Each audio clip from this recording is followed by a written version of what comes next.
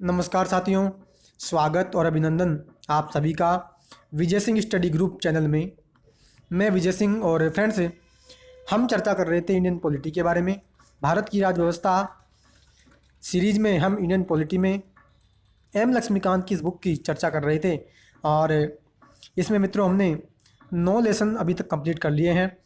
पिछला जो लेसन हमने कंप्लीट किया वो था मूल कर्तव्यों से संबंधित, यानी संविधान का भाग जो 4A है, और 4A के अंदर हमने केवल एक अनुच्छेद, केवल एक आर्टिकल हमने डाल रखा है, आर्टिकल 51A। उसकी हमने पिछले लेसन में चर्चा कर ली।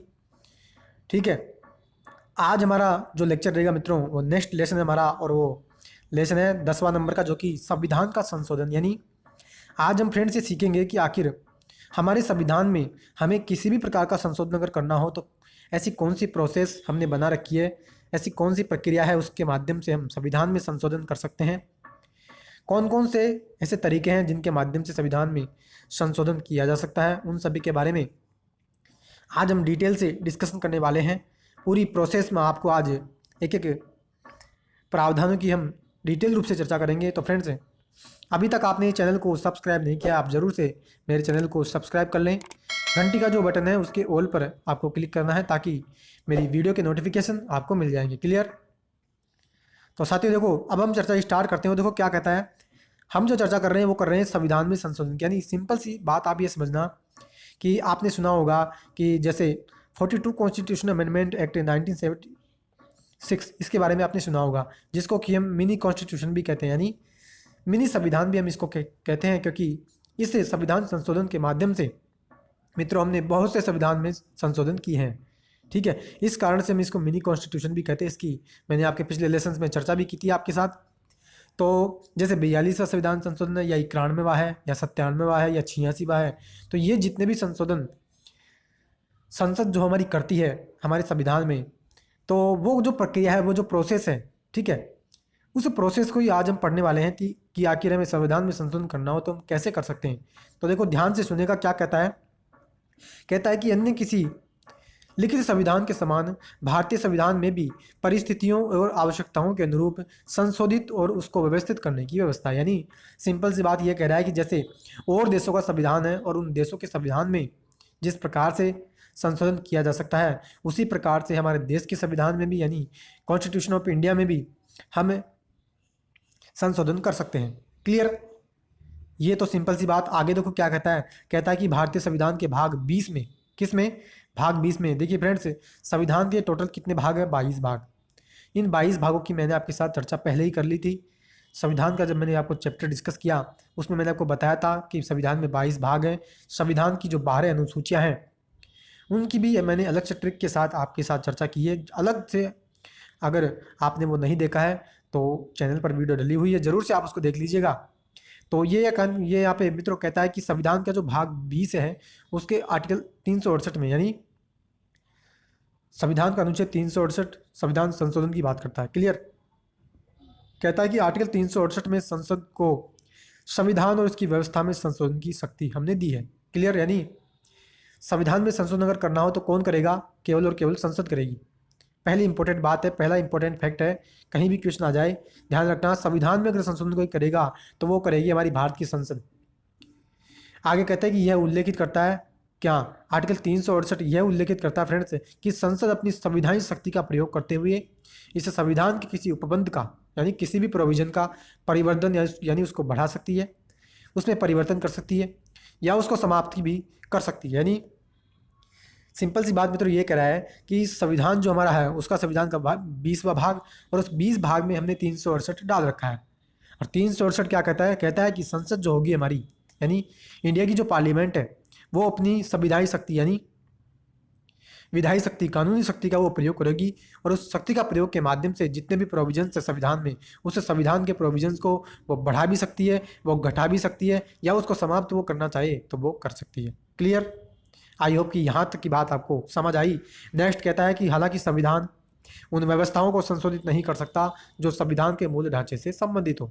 यानी अब ये कहना चाह रहा है कि संसद को हमने शक्ति तो दे दी कि भैया आप जो है संविधान में संशोधन तो कर सकते हो, लेकिन संसद जो है ना, हमारे संविधान के जो मूल ढांचा है, क्या फ्रेंड्स, मूल जो ढांचा है, अब मूल ढांचे का क्या होता है, यानी बेसिक स्ट्रक्चर हम इसको इंग्लिश में कहते हैं, यानी बेसिक स्ट्रक्चर क्या होता है, इसका अलग से लेसन भी है। उसमें हम इसकी डिटेल से चर्चा भी करेंगे कि आखिर संविधान का मूल ढांचा होता क्या है। सिंपल सा आप ये समझ लीजिएगा कि संविधान का जो मूल ढांचा है उसमें बहुत से ऐसे प्रावधान, ऐसे विषय हमने डाल रखे हैं जो बहुत ही इंपॉर्टेंट है, तो उन विषयों को किसी भी प्रकार का नुकसान न पहुंचे, ठीक है, तब तो संसद जाकर के संशोधन हमारे संविधान में कर सकती है। और अगर उसको, यानी संविधान के मूल ढांचे को किसी भी प्रकार का अगर नुकसान पहुंचता है, अगर उसको क्षति होती है, तो हमारी जो न्यायपालिका है, यानी जो जुडिशरी है, वो जुडिशल रिव्यू की जो उसको पावर हमने दी है उसका वो उपयोग करेगी और उसके माध्यम से उस संविधान के संशोधन को वो अनकॉन्स्टिट्यूशनल यानी असंवैधानिक करार घोषित कर देगी। क्लियर? तो ये कहना चाह रहा है कि संसद को हमने शक्ति तो दी है कि आप संविधान में संशोधन तो कर सकते हो, लेकिन संविधान में आप बेशक संशोधन करो, लेकिन उसको मूल ढांचा जो है उसका किसी भी प्रकार का उस मूल ढांचे को नुकसान न पहुंचे। क्लियर? आगे कहते हैं कि यह व्यवस्था सुप्रीम कोर्ट द्वारा केशवानंद भारती मामले में दी गई थी। यानी मूल ढांचा जो निकल करके आता ना मित्रों, बेसिक स्ट्रक्चर, क्या जो बेसिक स्ट्रक्चर का जो कॉन्सेप्ट जो निकल करके आया वो केशवानंद भारती मामला आया था सन 1973 में, ठीक है। इस मामले में ही मूल ढांचे का कॉन्सेप्ट निकल करके आया था और इस कॉन्सेप्ट की हमें नेक्स्ट लेसन में डिटेल से मित्रों अलग से इसका चैप्टर दिया हुआ है इस बुक में, उसमें हम इसकी चर्चा भी करेंगे। क्लियर? अब देखो फ्रेंड्स, ध्यान से सुनिएगा, एक एक प्रावधान की अब हम डिटेल से चर्चा करने जा रहे हैं कि आखिर संविधान में हमें संशोधन करना हो तो जो प्रोसेस हमने बना रखी है संविधान में संशोधन करने की, उस प्रोसेस को अब हम डिटेल से डिस्कशन कर रहे हैं। तो ध्यान से सुनिएगा। पहला देखो क्या कहता है, संशोधन की प्रक्रिया यानी अमेंडमेंट की जो प्रोसेस है उस प्रोसेस को अब हम डिस्कस कर रहे हैं। क्या कहता है? कहता है आर्टिकल 368 में संशोधन की प्रक्रिया का निम्न तरीके से उल्लेख किया गया। यानी आर्टिकल 368 जो हमें प्रोसेस बता रहा है, तो देखो क्या बता रहा है, ध्यान से सुनिए, ध्यान से सुनिएगा। कहते हो देखो क्या कहता है कि पहला क्या करा है, संविधान के संशोधन का आरंभ संसद के किसी सदन में इस प्रयोजन के लिए विधेयक पूरी स्थापित करके ही किया जा सकेगा और राज्य विधानमंडल में नहीं। यानी पहली इंपॉर्टेंट बात ध्यान रखना, मैंने आपको पहले ही बताया था कि संविधान में अगर संशोधन कोई करेगा तो वो कौन करेगा, हमारी भारत की संसद, ना कि राज्य। कौन? यानी कि स्टेट जो होते हैं, यानी स्टेट की जो सरकारें होती है, स्टेट में जितने भी जो लेजिस्लेचर होती है, स्टेट लेजिस्लेचर यानी राज्य की जो विधानसभाएं होती है या विधानमंडल जो होता है, वो हमारे संविधान में संशोधन कतई नहीं कर सकता। केवल और केवल संसद ही संविधान में संशोधन करेगी। क्लियर? पहली बात तो ये कहना चाह रहा है कि हमें संविधान में मान लो संशोधन करना है, तो संविधान में जो संशोधन करेंगे ना हम, तो संविधान में संशोधन करने से पहले हम संविधान संशोधन विधेयक लेकर के आएंगे। यानी संविधान में संशोधन करने के लिए हमें बिल लाना पड़ेगा और उस बिल को हम कहाँ लाएंगे, या तो हम उसको ला सकते हैं राज्यसभा में या हम उसको ला सकते हैं लोकसभा में। यानी ध्यान रखना, जो संसद के जो दो सदन हैं, इन दोनों सदनों में से हम किसी भी सदन में संविधान के संशोधन का जो बिल है वो लेकर के आ सकते हैं। क्लियर? और आगे कहता है कि राज्य विधानमंडल में नहीं। यानी मैंने आपको कहा था कि राज्य का जो विधानमंडल है यानी स्टेट जो लेजिस्लेचर है, यानी स्टेट लेजिस्लेचर, राज्य विधानमंडल में हम संविधान में संशोधन करने के लिए बिल नहीं ला सकते। क्लियर? तो ये पहली इंपॉर्टेंट बात है। यानी ध्यान रखना, संविधान में संशोधन करेगी संसद, और संसद संविधान में अगर संशोधन करना चाहती है तो उसको बिल लाना पड़ेगा, और वो बिल जो लाएगी या तो वो किसी भी सदन में ला सकती है। क्लियर?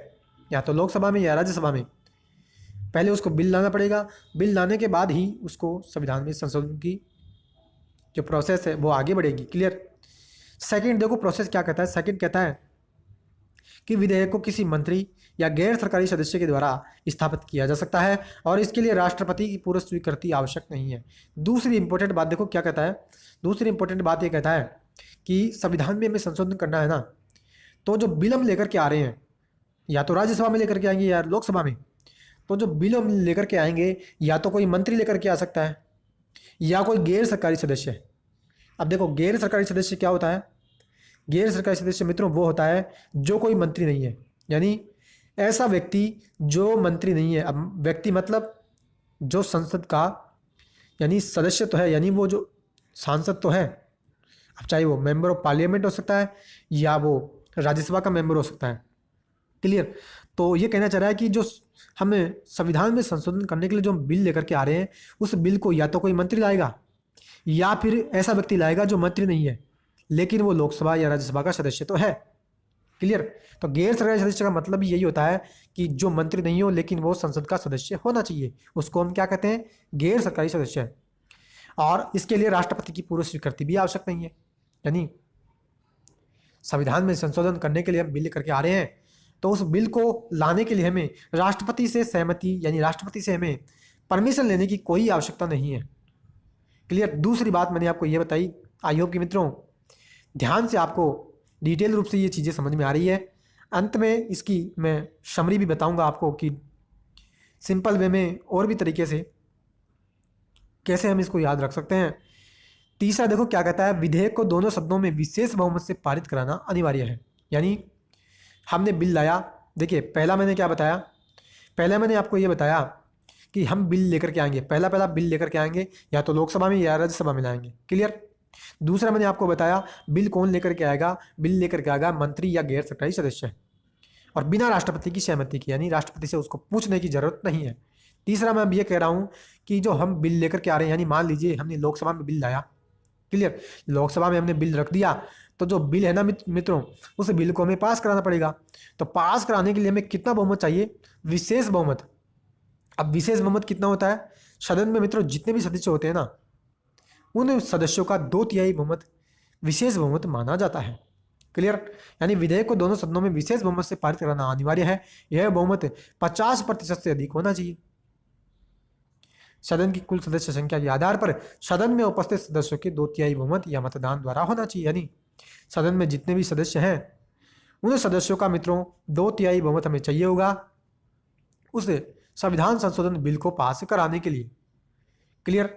अब मान लीजिए लोकसभा में हम बिल लेकर के आए थे तो लोकसभा में 2/3 बहुमत से वो बिल पास हो गया, तो वो बिल जो है ना मित्रों लोकसभा से पास हो गया, अब वो कहाँ जाएगा, राज्यसभा में जाएगा। यानी दोनों सदनों से हमें उसको पारित कराना पड़ेगा। तो देखिए अब ये जो बिल है ये राज्यसभा में जा रहा है और क्या कहता है, प्रत्येक सदन में विधेयक को अलग अलग पारित कराना अनिवार्य है। यानी पहला लोकसभा से हमने पारित करवा लिया, दूसरा में राज्यसभा से पारित करवाना होगा। नेक्स्ट देखो क्या कहता है कि दोनों सदनों के बीच असहमति होने पर दोनों सदनों की संयुक्त बैठक में विधेयक को पारित कराने का प्रावधान नहीं है। बहुत इंपॉर्टेंट बात है मित्रों, ध्यान रखना कि जितने भी संविधान संशोधन बिल हम लेकर के आएंगे और मान लीजिए उस बिल को किसी एक सदन ने पारित करने से मना कर दिया तो हम उस बिल को मित्रों असहमति अगर मान लीजिए किसी सदन ने उस पर जता दी तो उस बिल को हम मित्रों संयुक्त बैठक के माध्यम से पारित नहीं करवा सकते।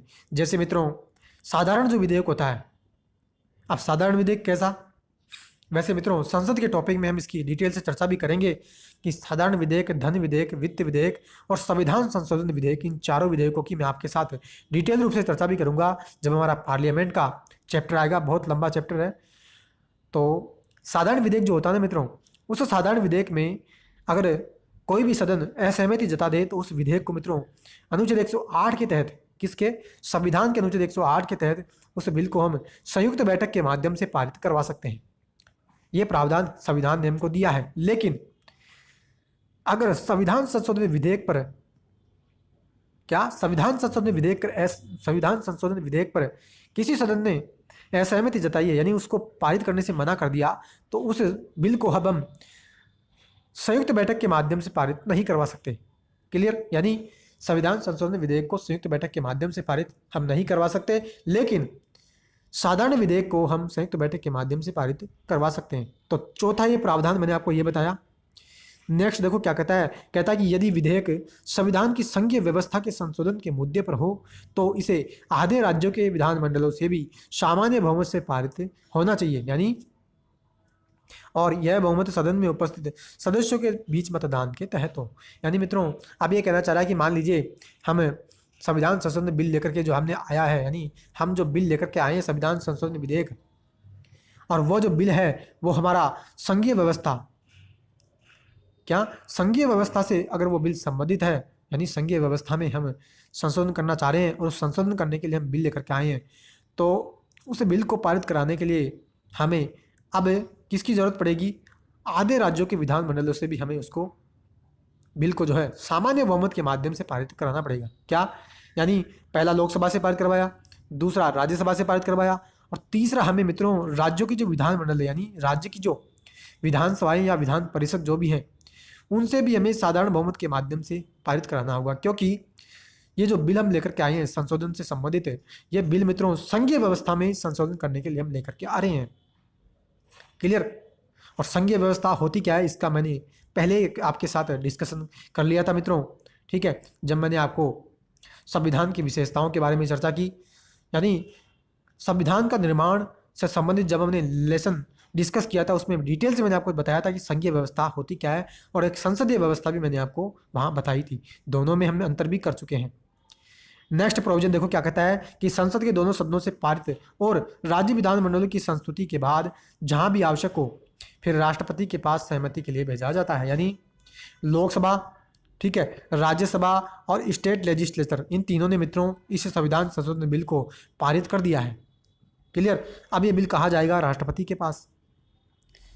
और राष्ट्रपति जी मित्रों क्या करेंगे? इस बिल को मित्रों वो सहमति देंगे ही देंगे, यानी उनके पास कोई विकल्प ही नहीं बचा कि वो उसको मना करें, यानी उसको राष्ट्रपति को उस बिल को पास करने के लिए सहमति देनी ही पड़ेगी। ये हमने उन पर बाध्यता लगा दी है। देखो क्या कहता है कि राष्ट्रपति विधेयक को सहमति देंगे, वे न तो विधेयक को अपने पास रख सकते हैं और न ही पुनर्विचार के लिए भेज सकते हैं। यही बात मैंने आपको अभी बताई है कि राष्ट्रपति के पास हमने ये विकल्प ही नहीं छोड़ा कि वो विधेयक को अपने पास रख लें या वो पुनर्विचार के लिए भेज दें, यानी उन पर हमने बाध्यता लगा दी कि भैया संविधान का जो संशोधन का जो बिल है इस बिल को आपको पास करना ही पड़ेगा। नेक्स्ट कहता है कि राष्ट्रपति की सहमति के बाद विधेयक एक अधिनियम बन जाएगा। यानी ये जो पहले तो क्या था मित्रों, पहले हम इसको क्या कह रहे थे? बिल कह रहे थे, ध्यान रखना। अब ये क्या बन गया? एक्ट बन गया। तो कहता है कि राष्ट्रपति की सहमति के बाद यह बिल एक एक्ट बन जाता है जिसको हम संविधान संशोधन अधिनियम भी कहते हैं। क्लियर? और संविधान में अधिनियम की तरह इसका समावेश कर लिया जाएगा, यानी अब ये अधिनियम बन गया। और जो हम कहते हैं कि 86वां संविधान संशोधन अधिनियम, लास्ट में हम क्या लगाते हैं? अधिनियम। तो ये जो है मित्रों एक एक्ट बन गया और संविधान में इस प्रकार से संशोधन हम कर सकते हैं। तो देखिए अब शॉर्ट तरीके से मैं आपको बता रहा हूँ कि आखिर संविधान में संशोधन हम कैसे करते। देखो पहला आप ध्यान रखना, बिल हम संविधान में संशोधन करने के लिए लाएंगे। कौन लाएगा? या तो मंत्री लाएंगे या गैर सरकारी सदस्य। मंत्री के अलावा जो भी सदस्य होगा, चाहे वो लोकसभा का हो या राज्यसभा का, उसको हम क्या कहते हैं? गैर सरकारी सदस्य। ठीक है, इस बिल को कहाँ लाया जाएगा? या तो लोकसभा में या राज्यसभा में लाया जाएगा। ठीक है, दूसरी चीज ये बताई। तीसरी चीज मित्रों, इस बिल को हमने या तो लोकसभा में लाया या राज्यसभा में। लोकसभा में मान लीजिए हम इस बिल को लेकर आए हैं, तो इस बिल को सदन के जितने भी सदस्य हैं उसके 2/3 बहुमत से, यानी विशेष बहुमत से हम इसको पारित करवा देंगे। ठीक है, इस बिल को हमने पारित करवा लिया, फिर ये बिल कहाँ जाएगा? राज्यसभा में। वहाँ भी 2/3 बहुमत से इसको पारित करना पड़ेगा। अगर ये बिल संघीय ढांचे से संबंधित है, किसके? संघीय ढांचे से अगर ये बिल संबंधित है तो आधे राज्यों का क्या, हमारे जितने भी आधे राज्य हैं उनकी विधानसभा और विधान परिषद, यानी उनके विधानमंडलों से भी हम इसको पारित करवाएंगे। ठीक है, 3 जगह ये पारित बिल हो गया, फिर जाएगा राष्ट्रपति जी के पास। राष्ट्रपति जी इसको सहमति देंगे, यानी इस बिल को या तो वे रोक नहीं सकते, यानी वे इस बिल को रोक भी नहीं सकते और इसको पुनर्विचार भी नहीं कर सकते, यानी वे इसको बिल को सहमति देंगे ही देंगे। ठीक है, और ये बिल राष्ट्रपति जी ने सहमति दे दी तो ये बिल अधिनियम बन जाएगा, यानी संविधान संशोधन अधिनियम में बन जाएगा।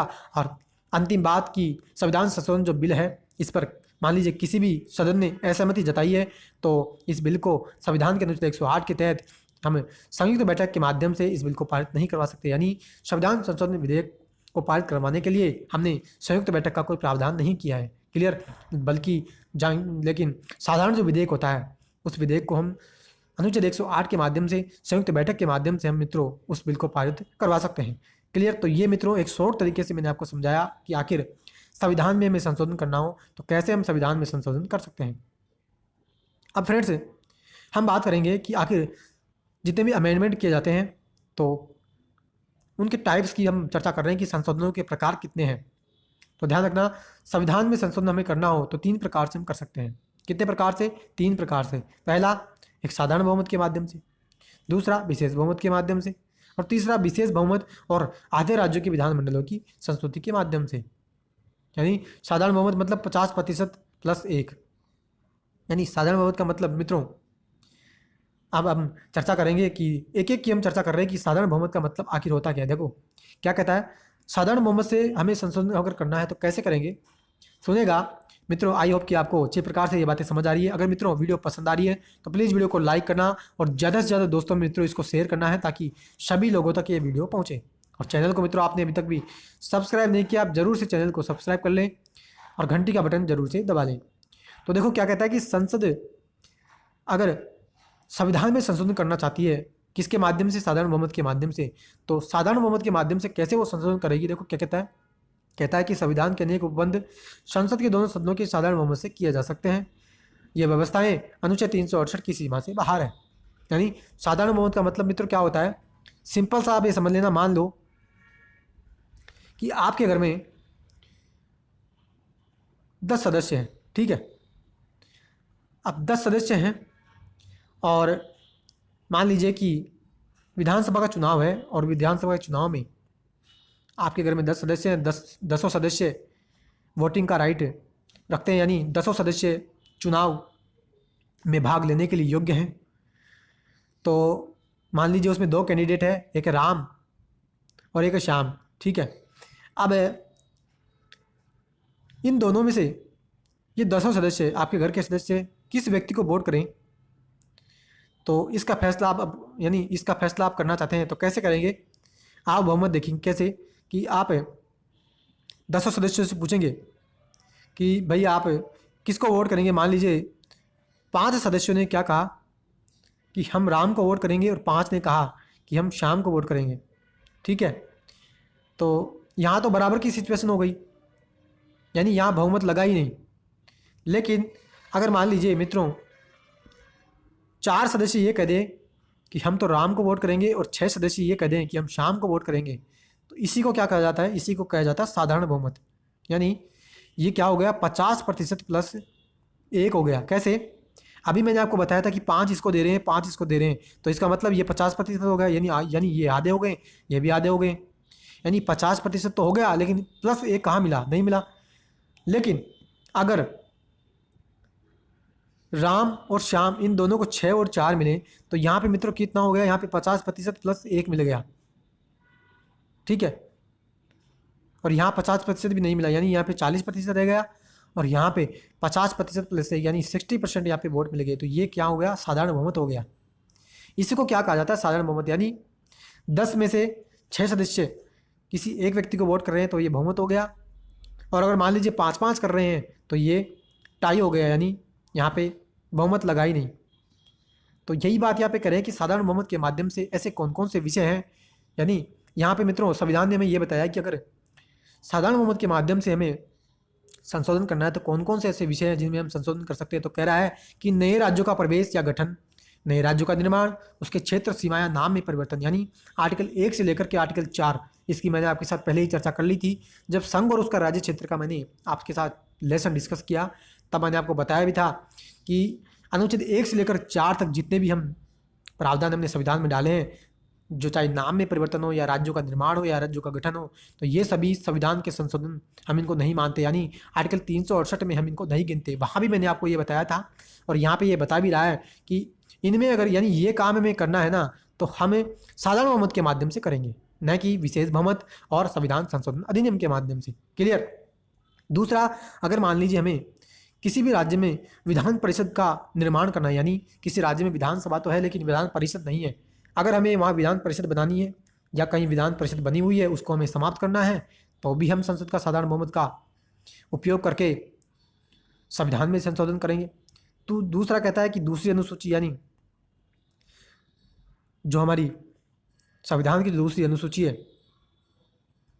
और दूसरी अनुसूची किससे संबंधित है मित्रों, दूसरी अनुसूची जो है वेतन और भत्तों से संबंधित है, तो उसमें संशोधन करना है तो हम साधारण बहुमत के माध्यम से करेंगे। नेक्स्ट कहता है संसद में गणपूर्ति, यानी अब गणपूर्ति का मतलब कि जब संसद का हमारा टॉपिक आएगा उसमें डिटेल से हम चर्चा भी करेंगे। गणपूर्ति का मतलब होता है कोरम, यानी किसी भी सदन में मिनिमम कितने सदस्य होने चाहिए कि उस सदन की बैठक की शुरुआत हो सके। नेक्स्ट नागरिकता की प्राप्ति करनी, यानी आर्टिकल 5 से लेकर के आर्टिकल 11 में जब हम नागरिकता की बात करते हैं, ये भी चैप्टर मैंने आपके साथ डिस्कस में ले लिया पहले ही। अगर ये चैप्टर जितने भी आपने नहीं पढ़े हैं ज़रूर से मित्रों आप उनको पढ़िएगा। बहुत ही डिटेल रूप से मैंने आपको वहाँ समझाया है और शायद ही आपको इतना डिटेल में कहीं समझाने में मिलेगा भी। ठीक है, नेक्स्ट कहता है संसद और राज्य विधानमंडल के निर्वाचन, यानी राज्य विधानसभा में और संसद में जो हम चुनाव करते हैं उस चुनाव की प्रोसेस को हमें चेंज करना है तो भी हम साधारण बहुमत के माध्यम से करेंगे या केंद्र शासित प्रदेश हमें बनाना है। 5वीं अनुसूची, ठीक है, जो कि अनुसूचित और जनजाति क्षेत्रों से संबंधित है, और 6वीं अनुसूची जो ATMM यानी आसाम, त्रिपुरा, मेघालय और मिजोरम, इनसे संबंधित किसी भी प्रावधान या प्रशासन से संबंधित किसी भी प्रकार का हमें संशोधन करना है तो हम मित्रों क्या करेंगे, सब संसद के साधारण बहुमत के माध्यम से हम इनमें संशोधन कर सकते हैं। क्लियर? तो ये मैंने अब आपके साथ चर्चा की कि साधारण बहुमत के माध्यम से हमें संशोधन करना हो तो ऐसे कौन कौन से विषय हमें संविधान के माध्यम से बताए गए कि साधारण बहुमत के माध्यम से हम उनमें संशोधन कर सकें। तो ये पहले मैंने आपके साथ चर्चा कर ली, पहला एक साधारण बहुमत की हम चर्चा कर चुके हैं। अब दूसरा हम चर्चा कर रहे हैं विशेष बहुमत। ध्यान से सुनिएगा मित्रों, बहुत ही इंपॉर्टेंट है ये लेक्चर और मैं फिर से कह रहा हूँ डिटेल रूप से मैं यहाँ पे चर्चा कर रहा हूँ, शायद ही आपको इतना कहीं समझाने को मिलेगा, ध्यान रखना। तो इसलिए ध्यान से आप सुनेगा। देखिए, संविधान के ज़्यादातर उपबंधों का संशोधन हम संसद के विशेष बहुमत के माध्यम से करते हैं, यानी संविधान में जितने भी मित्रों संशोधन किए जाते हैं ना, ध्यान रखना 2/3 बहुमत के माध्यम से ही किए जाते हैं। क्लियर? अर्थात प्रत्येक सदन के कुल सदस्यों का बहुमत अर्थात 38% से अधिक और प्रत्येक सदन के उपस्थित और मतदान के सदस्यों के 2/3 का बहुमत। यानी 2/3 बहुमत का मतलब क्या होता है मित्रों, मान लीजिए किसी भी सदन में कितने भी सदस्य हों, यानी लोकसभा में कितने सदस्य हैं, लोकसभा में 543 हमारी सीटें हैं। अब दो सदस्य जो होते हैं एंग्लो इंडियन का, हमने चुनाव जो हम करते थे वो हमने समाप्त कर दिया, यानी अब जब भी चुनाव होगा तो 545 सीटों के लिए चुनाव होगा। तो 545 सीटों के लिए जब चुनाव होगा ना तो इस 545 का 2/3 बहुमत आप निकाल लेना। ठीक है, तो इतना तो हमें, यानी हमें यदि संशोधन करना है ना तो यहाँ पे विशेष बहुमत में हमें 2 प्रकार के संशोधन की जरूरत पड़ रही है। कैसे? एक तो टोटल सीट जितनी भी है उनका 2/3 बहुमत हमें चाहिए होगा, यानी 543 का 2/3 कितना होगा, एक तो ये हमें चाहिएगा। दूसरा, अब 543 सीटें जो है ना मित्रों, इसका 2/3 बहुमत हमने ले लिया। दूसरा, उस सदन में यानी 545 तो सीटें हमारे लोकसभा में हैं, लेकिन ऐसा तो कभी भी नहीं होगा ना कि पूरे जितने भी सदस्य हैं 545 या 543 वर्तमान में आप मान लीजिए, तो वर्तमान में 543 जो सदस्य हैं वो पूरे के पूरे सदस्य ही लोकसभा में उपस्थित हो, ऐसा तो नहीं हो सकता, कोई ना कोई तो एब्सेंट रहेगा ही। ठीक है, तो जितने भी सदस्य उस सदन में उस दिन उपस्थित होंगे, यानी 543 में से मान लीजिए कि 500 सदस्य उपस्थित हैं, तो इन 500 का 2/3 बहुमत में हमें चाहिए होगा, यानी एक तो 543 का 2/3 और एक 500 सदस्यों का, यानी एक तो कुल सदस्यों का 2/3 और एक उपस्थित सदस्यों का 2/3, यानी कुल सदस्य कितने 543 कुल सदस्यों का 2/3 और दूसरा उपस्थित कितने 500 इनका 2/3। तो ये 2 बहुमत हमें चाहिए होंगे, तब जाकर के विशेष बहुमत के माध्यम से हम संविधान में संशोधन कर सकेंगे। यही तो कह रहा है कि प्रत्येक सदन के कुल सदस्यों का बहुमत हमें चाहिए होगा और प्रत्येक सदन के उपस्थित और मतदान के सदस्यों का 2/3 बहुमत चाहिए होगा। कुल सदस्यता अभिव्यक्ति का अर्थ है सदन के सदस्यों की कुल संख्या से फिर 40 में नियुक्तियाँ और अनुपस्थित हो, यानी वही तो मैं कह रहा हूँ कि हम कुल सदस्यता ले लेंगे 543। अब भले उसमें चाहे उस दिन कितने भी सदस्य आए हों या नहीं आए हों, हम तो 543 सदस्य ले लेंगे, ये तो हमने ले लिया। कुल सदस्यों का बहुमत और उपस्थित सदस्यों का हम 2/3 बहुमत ले लेंगे और इतना मान लीजिए 2/3 बहुमत हमें दोनों का मिल जाता है, तो हम उसको उस एक्ट को उस बिल को हम पारित करवा लेते हैं, उस बिल को हम पारित मान लेते हैं। क्लियर? आई होप कि आपको अच्छी प्रकार से डिटेल रूप से ये बात समझ में आई है। और मित्रों आगे कहता है कि विशेष बहुमत के माध्यम से हमें अगर संशोधन करना हो तो कौन कौन से ऐसे विषय हैं जिनमें हम इसके माध्यम से कर सकते हैं। देखो, मूल अधिकारों में अगर मान लीजिए हमें संशोधन करना है ना तो हम किसके माध्यम से करेंगे, विशेष बहुमत के माध्यम से। बहुत इंपॉर्टेंट है, ध्यान रखना। यानी एक तो फंडामेंटल राइट और एक होता है DPSP, इन दोनों में हमें अगर किसी भी प्रकार का संशोधन अगर करना है तो किसके माध्यम से करेंगे, विशेष बहुमत के माध्यम से। बहुत इंपॉर्टेंट है। और मित्रों मूल अधिकार और DPSP का चैप्टर भी मैं आपके साथ डिस्कस में ले चुका हूँ। जितने भी व्यूअर्स ने वो वीडियो नहीं देखी है जरूर से आप मित्रों देख लीजिएगा, अलग से प्लेलिस्ट भी चैनल पर बनी हुई है। नेक्स्ट कहता है कि वे सभी उपबंध जो प्रथम और तृतीय श्रेणियों से संबंधित नहीं है, यानी ये कह रहा है कि वे सभी प्रोविजन जो विशेष बहुमत, यानी जो मैंने आपके साथ अभी चर्चा की कि एक तो साधारण बहुमत में कौन कौन से विषय हैं और एक आगे हम चर्चा करेंगे कि विशेष बहुमत प्लस आधे से अधिक राज्यों का समर्थन, यानी जो 3 प्रकार से मैं आपको बता रहा था कि संविधान में संशोधन अगर हमें करना है तो 3 प्रकार से हम उसमें संशोधन कर सकते हैं। यानी अभी मैं आपको चर्चा में बता रहा था कि संविधान में अगर हमें संशोधन करना है तो हम किसके माध्यम से कर सकते हैं फ्रेंड्स, इसके इन तीनों के माध्यम से कर सकते हैं। ठीक है, तो ये कहना चाह रहा है कि ऐसे विषय जो इस श्रेणी में नहीं आए और ऐसे विषय जो इन श्रेणी में नहीं आए, यानी इन दोनों श्रेणी में जो भी विषय नहीं आएंगे ना, उनका भी हम संशोधन करेंगे किसके माध्यम से, विशेष बहुमत के माध्यम से। आई होप कि आपको ये बात समझ में आई है। और नेक्स्ट ये कहता है, यानी ये तो हमने चर्चा कर ली कि विशेष बहुमत के माध्यम से हम संशोधन कैसे करेंगे। अब अंतिम जो संशोधन हम कर रहे हैं कि विशेष बहुमत और राज्यों की स्वीकृति के माध्यम से। यानी अभी मैंने आपको बताया भी था कि जब संविधान के संशोधन की जब हमने प्रोसेस की चर्चा की तब मैंने आपको बताया था कि ऐसा कोई विषय जो संघीय ढांचे से संबंधित है तो उसके लिए हमें राज्यों की स्वीकृति यानी राज्यों की परमिशन की भी आवश्यकता होती है। तो आगे ये कहता है कि नीति के संघीय ढांचे से संबंधित संविधान के उपबंधों को संसद के विशेष बहुमत द्वारा संशोधित किया जा सकता है और इसके लिए यह आवश्यक है कि आधे राज्य विधानमंडलों में साधारण बहुमत के माध्यम से इसको मंजूरी मिली हो। यानी सीधी सी बात यह कह रहा है कि संघीय ढांचे में अगर मान लीजिए कि कोई ऐसा विषय है जो संघीय ढांचे से संबंधित है, ठीक है, तो उसमें संशोधन करने के लिए हम विशेष बहुमत तो लेंगे ही काम में, लेकिन हम आधे राज्यों की परमिशन भी लेंगे। ठीक है, और आगे कहता है कि इसके लिए यह आवश्यक है कि आधे राज्य विधानमंडलों में साधारण बहुमत के माध्यम से इसकी मंजूरी मिली हो, यानी आधे राज्य उसको परमिशन दे दें तो हम उसको संशोधन कर सकते हैं। जो भी हम विषय में यानी जो भी विषय वस्तु में हम संशोधन करना चाह रहे हैं। कहता है कि यदि एक कुछ या बचे राज्य विधेयक पर कोई कदम नहीं उठाते तो इसका कोई फर्क नहीं पड़ता। यानी हमें तो कितना चाहिए, हमें तो आधे से ज़्यादा राज्य की परमिशन चाहिए। आधे से ज़्यादा राज्य यानी आधे से ज़्यादा राज्यों ने परमिशन दे दिया तो हमारा काम बन गया। अब भले ही बचे हुए राज्यों चाहे परमिशन दे या ना दे, हमें उससे कोई फर्क नहीं पड़ेगा।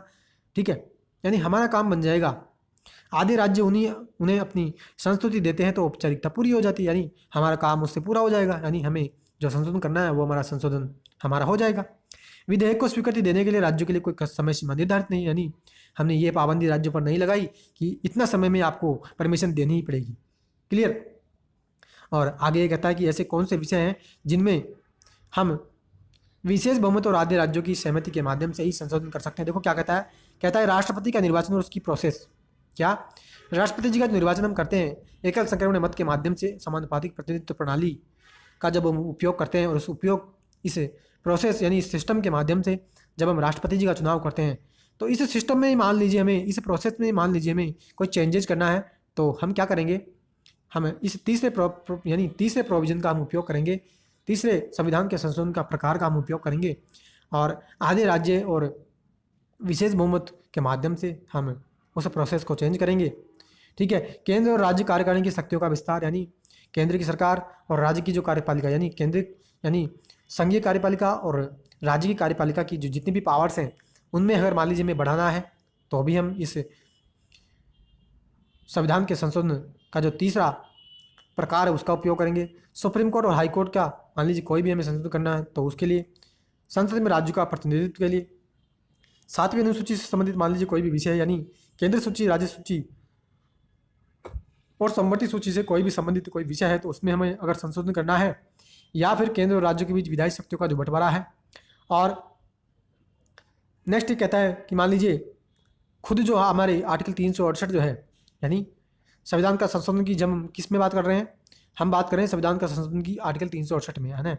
ठीक है, यानी संविधान का संशोधन हम जो करते हैं किस अनुच्छेद के माध्यम से, आर्टिकल 368 के माध्यम से।